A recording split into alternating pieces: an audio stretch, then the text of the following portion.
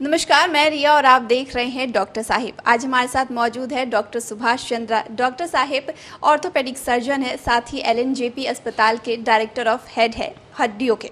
तो स्वागत है सर आपका हमारे चैनल में। नमस्ते। डॉक्टर साहिब से आज हम जानने की कोशिश करते हैं कि अर्थराइटिस क्या है, ये क्यों होती है, इसकी समस्या से लोग ज़्यादा परेशान क्यों हो रहे हैं।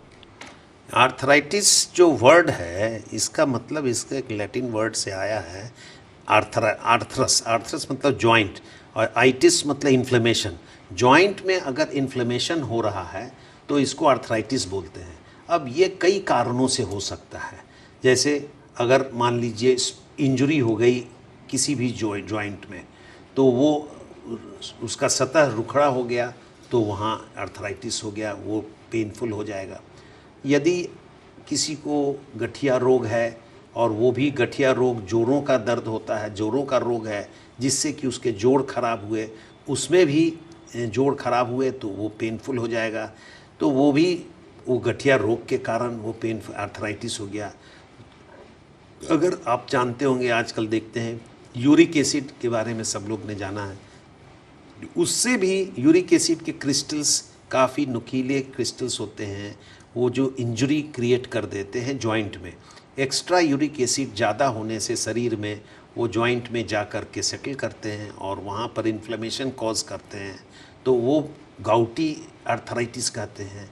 तो इस तरह से हम देख रहे हैं कि आर्थराइटिस किसी भी कारण जोड़ों को जो दर्द है उसको ही हम लोग आर्थराइटिस बोलते हैं।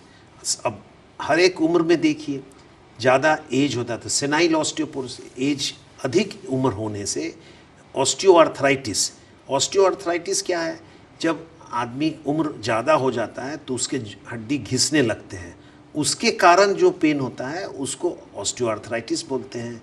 अब जैसे लोगों के बाल पक गए, आँख की रोशनी कम हो गई, उसी तरह घुटना पर निरंतर दबाव पड़ते पड़ते वो घिसना शुरू हो जाता है, और ज़्यादा उम्र होने से उसमें रुखरापन आ जाता है, तो उसको हम लोग आर्थराइटिस, ऑस्टियोआर्थराइटिस कहते हैं। इसमें कोई बीमारी के कारण ये नहीं है।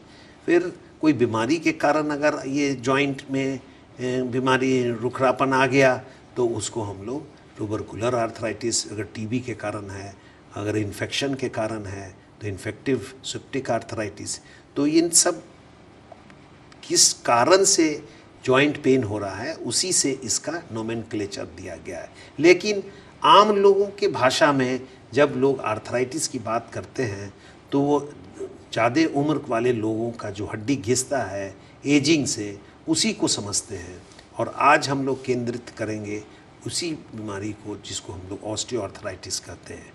ऑस्टियोआर्थराइटिस एक ऐसा चीज़ है जिसके कि जॉइंट के बीच का कार्टिलेज घिस जाता है, पेनफुल हो जाता है, उसके नस जो है वो बाहर आ जाती हैं, तो उससे पेन होने लगता है, दर्द होने लगता है।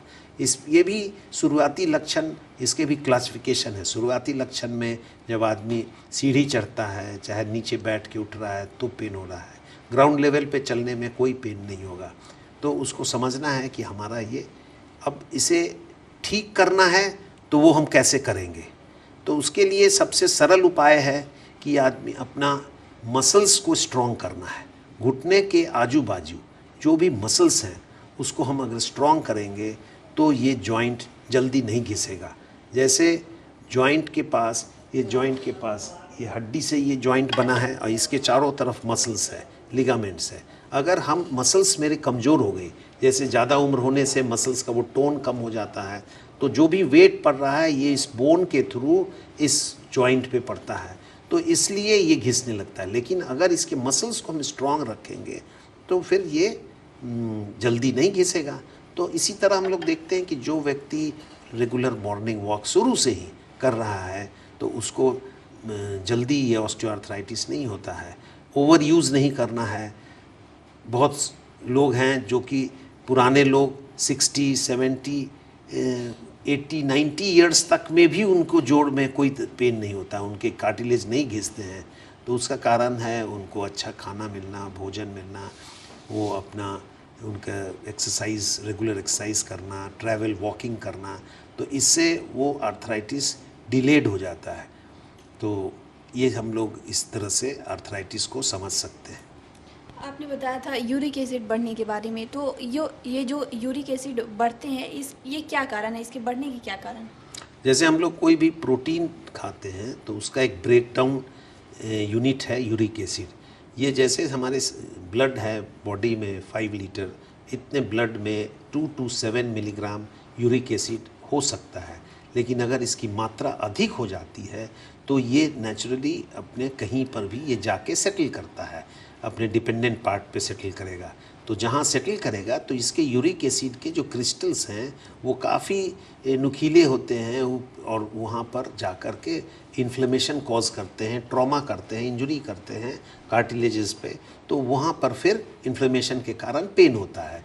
यूजुअली पैर के सबसे लोएस्ट पार्ट होता है, तो पैर के अंगूठे के पास ये जमा हो जाता है और इतना पेनफुल होता है कि पंखे का हवा तक आप नहीं उसको बर्दाश्त कर सकते हैं।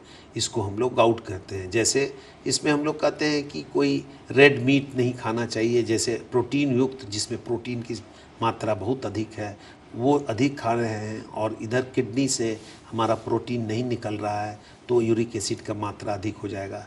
अगर हम ज़्यादा ले रहे हैं और नॉर्मल निकल रहा है तो भी ये ज़्यादा हो जाएगा। गाढ़ा दाल हो गया, पालक हो गया, टमाटर हो गया, इस सब तरह का कुछ ऐसी वस्तुएं हैं, चुकंदर है, ये सबसे यूरिक एसिड बढ़ता है। हम लोग रेगुलर पानी खूब पिएं और मात्रा में, सही मात्रा में खाएं। और अगर ऐसा पेन महसूस होता है तो अगर यूरिक एसिड का जांच करा लेंगे तो पता चलेगा और फिर इसको इलाज का इसका तरीका है। इलाज करने से ये यूरिक एसिड कम होगा और सिम्टम्स भी कम हो जाती है। क्या इसमें ऑपरेशन की भी नौबत आती है? यूजुअली तो यूरिक एसिड में ऑपरेशन की नौबत नहीं है, लेकिन फिर भी अगर मान लीजिए कोई जॉइंट बहुत पेनफुल हो गया तो उसको हम लोग फिक्स कर देते हैं ऑपरेशन करके, उस जॉइंट में मूवमेंट कम कर देते हैं।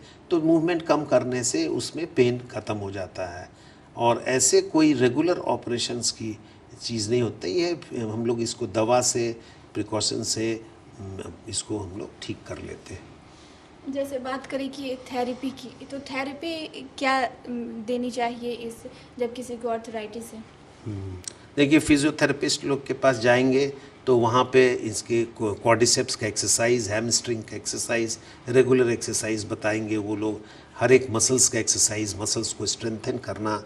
और वो कुछ और ज़्यादा प्रॉब्लम है तो हम लोग शॉर्ट वेव डायथर्मी देते हैं, इलेक्ट्रोथेरेपी, अल्ट्रासोनिक, ये सब चीज़ देने से हम लोग इन्फ्लेमेशन को कम करते हैं। और ये थेरेपी फिजियोथेरेपिस्ट लोग करके इसमें दर्द में आराम दिला देते हैं। अगर बात करें कि आर्थराइटिस अगर किसी को है तो क्या इसे जड़ से ख़त्म किया जा सकता है? हाँ, देखिए, अगर शुरुआती स्टेज में पता चल गया कि हाँ हमारा जॉइंट ख़राब हो रहा है तो हम लोग रेगुलर वे में एक्सरसाइज शुरू करेंगे तो वो चीज़ वहीं पर रुक जाएगा, आगे नहीं बढ़ेगा, तो पेनफुल नहीं होगा। और अगर हम उसको इग्नोर करते चले जाएंगे तो उसकी डिजेनरेटिव प्रोसेस ये होगी।